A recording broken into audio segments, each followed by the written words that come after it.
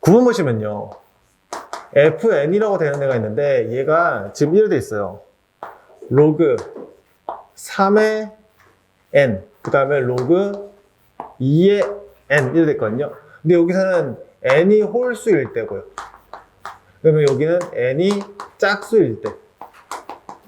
뭐가 성립하는 걸 찾으라고 했냐면요. n하고 m이라는 값이 15 이하의 자연수 형태에서 f의 mn 하는 값이 f의 n 더하기 n f의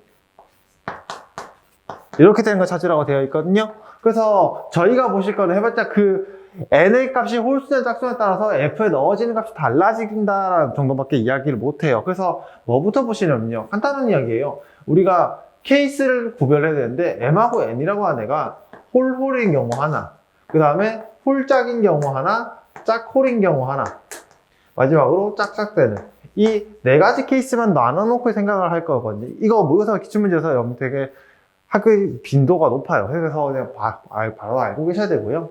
그래서 보시면은 생각만 해보자. m하고의 n이 둘 다 홀수야. 그러면은 f에다가 m을 넣었으면요. 해봤자 로그 3으로 계산할 거란 말이에요. 그러니까 f에 mn이에요. 되셨습니까? 생각해봐. m 곱하기 n이야. 홀수거든요? 그러면 여기는 홀수가 나오고요. 여기 짝수예요. 여기 짝수고요. 얘 짝수예요. 그러면은 m은 더 짝수, 홀수일 거란 말이야. 그러니까 간단하게 로그에 뭐가 나오지? 3의 n 이렇게 나올 거고요. 여기까지 어렵지 않은 이야기시죠. 그런데 이제 fm을 생각해봐요. fm은 로그 3의 m일 거고요. f의 n이라고 하는 아이도 로그 3의 n 이렇게 나오실 거예요. 그러면은 이 두 개를 더한 거를 생각해 봐야죠, 저희는. 이거 더하기 이거. 그러면 얘가 로그 3의 m 더하기 로그 3의 n 이렇게 정리가 된다 생각하시면 될 것 같고, 우리는 로그에서 더하기는 곱하기로 합쳐지죠, 진수가. 이렇게 나오니까 얘가 뭐가 같다? 얘가 동일하니까 그냥 얘네가 홀수면은 그냥 자동으로 성립하겠구나라고 생각하시면 될 것 같아요. 여기까지 어렵지 않지? 자, 그럼 두 번째. 짝수인 경우 생각해봐. 이거 하지 말까요? 이거 칸이 부족해서 안 할래요. 저기 옆에다 적을게요. 얘가 홀수인 경우, n이 짝수인 경우. 요거 하나 할 건데, 내가 왜 짝수를 안 했는지 알아요? 만약에 내가 이게 짝수로 생각하잖아. 둘 다 짝수였다고 생각을 한다면 여기가 2로 나오면 돼요. 그럼 여기 똑같이 2잖아.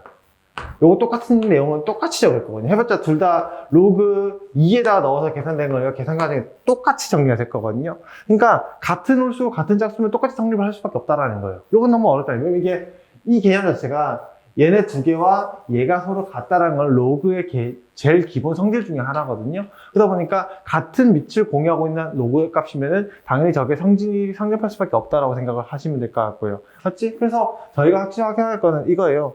mn의 값이 하나는 짝수고 하나는 홀수인 그 케이스에서 고민할 거라 생각하시면 될 것 같고요. 봐봐. 얘가 요 아이를 계산하잖아. 그러면은 홀수하고 짝수를 곱해놓으면 당연히 짝수잖아요. 그럼 얘는 로그에 2에 되시겠습니까? 로그 2에 뭐가 나오냐 이거 mn 이렇게 나온다라고 생각을 해주시면 좋겠고요.